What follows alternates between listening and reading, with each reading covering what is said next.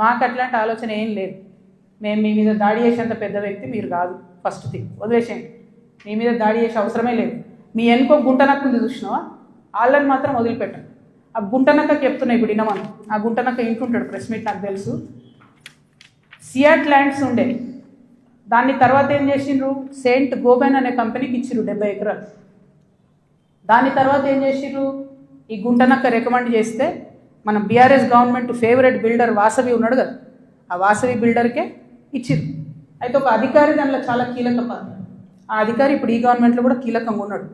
కానీ ఖచ్చితంగా ఆ సెయింట్ గోబెన్ ల్యాండ్కి సంబంధించి ఆ అధికారి పేరు, నేను చెప్పే గుంటనక్క గారి పేరు రెండు కలిపి నేనే ఇస్తాను. విజిలెన్స్కి ఇస్తా, ఈడీకి ఇస్తా, సిబిఐకి ఇస్తా. ఇక చూసుకోరు, ఏం చేసుకుంటారో వేసుకో. నేను మీలాగా ఫాల్తు అలిగేషన్స్ చేయను. నా భర్త ప్రైవేట్ ల్యాండ్లో వ్యాపారం చేసిండు. ఏ రియల్ ఎస్టేట్లో ఉన్న వ్యక్తి అయినా చేస్తాడు. మేమెన్నడూ ప్రభుత్వ భూమి జోలికి పోలేదు. ప్రభుత్వానికి ప్రజలకు నష్టమయ్యే ₹1 పని కూడా మేము చేయలేదు.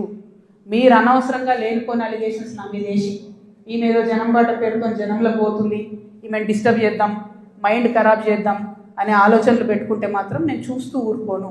ఇవాళ జవాబు ఎందుకు ఇస్తున్నా అంటే, నేను మీలాగా వెన్ను చూపించి పారిపోయే వ్యక్తిని కాదు.